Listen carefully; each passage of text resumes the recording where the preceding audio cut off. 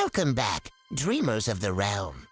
Tonight, this is the tale of the cursed garden and of 3 souls.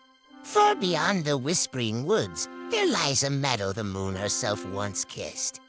It is said that only those pure of heart can see its light.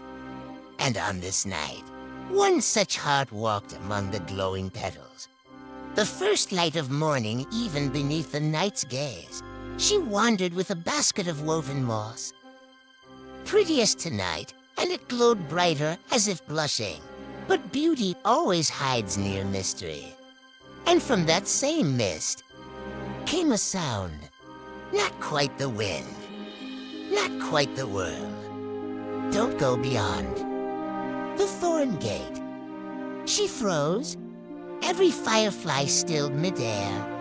Even the night held its breath. The whisper wasn't a warning, it was a memory.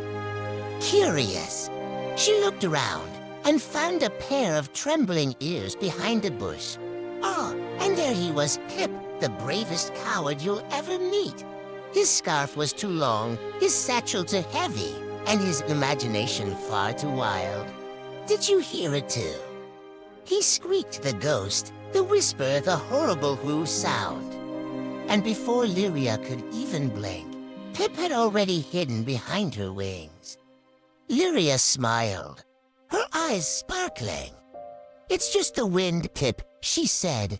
But Pip shook his furry head so fast his ears tangled. No, wind doesn't talk. And if it does, it doesn't say thorn gates. But before Lyria could tease him again, the whisper returned. Someone still waits inside. The air turned heavy, like the stars had hidden their breath. And in the distance, just beyond the trees, a faint silver glow pulsed, like something alive, yet forgotten. Curiosity is a strange magic. The forest grew quiet as they entered. The ground was damp with dew, wanted to stay asleep.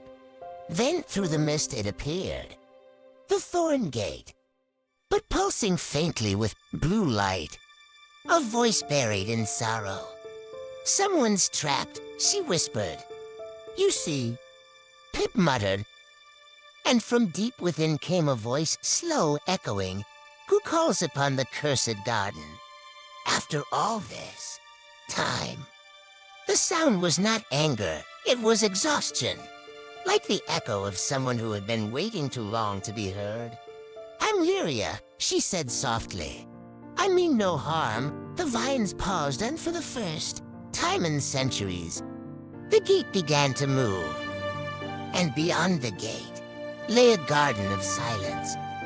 She did not yet know it. But this was Aetherion, the celestial unicorn, and her touch had just awakened a forgotten soul. Some doors open with keys, others with hearts. But once a heart opens what was meant to sleep, nothing stays the same. Lyria felt something within her stir, as though her own heartbeat echoed his. The air around the statue pulsed gently, as if trying to remember how to breathe.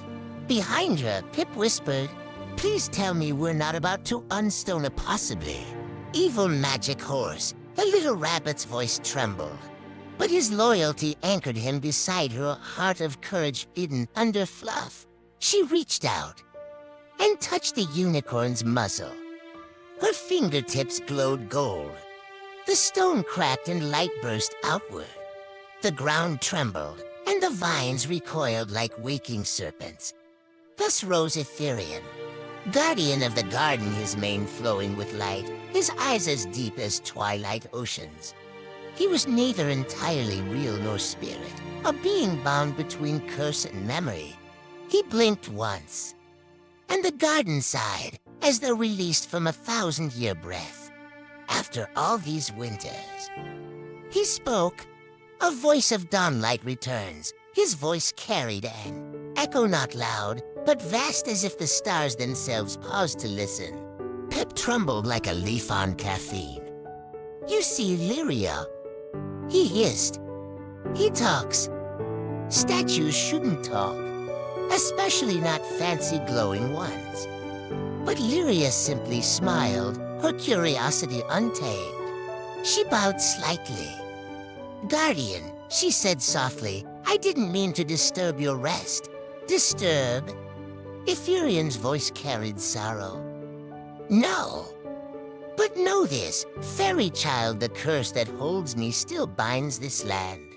Curse that costs wishes." She murmured. "Then what kind of wish could cause that?" "That sought to steal light itself." He told her of the time when this garden, fairies, beasts, even humans came to whisper their hearts into its soil. But envy, the shadow of love, found its way in. One heart wished not for joy, but for all joy to belong to them alone. The garden twisted, light turned inward, and the earth itself sealed away its glow. The wish poisoned the roots. Centuries passed beneath silence. Now, with her touch, that silence was undone. She whispered, watched her carefully, his voice quieter than before. "Every curse can be broken," he said, "but every curse asks for something in return." Before Lyria could speak, a rustle came from the dark beyond. Something moved slow, heavy, unseen. Pip's ears shot up, his teal scarf whipping in the wind. "Oh no," he squeaked. "That's the sound of plot twist danger." Aetherion turned sharply, wings spreading just enough to shield them. "The curse stirs," he said, his tone suddenly sharp. "It senses the dawnlights. Touch." The vines shivered, their thorns lengthening like spears. The air grew colder, and for a brief second, Lyria thought she heard laughter, soft, broken, distant. It was not the garden itself, but something within it. "We must leave," Aetherion said. "Until the next moonrise. It cannot cross the gate. But once the moon falls, this place will hunger again." She looked back once and saw something strange. Softened. The garden remembers kindness. It may yet remember light. And with that, the garden slept once more. But dreams had begun to move again.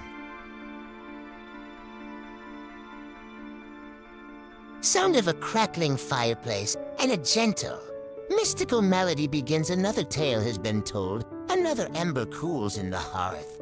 But even as the shadows lengthen, did you feel the pull of adventure, the warmth of courage, the echo of forgotten legends?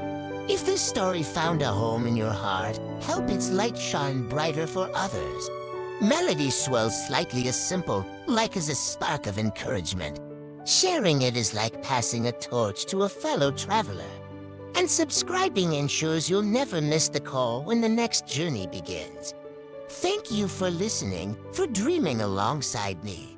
I am your storyteller, and I will be waiting for you right here when the next chapter is ready to unfold.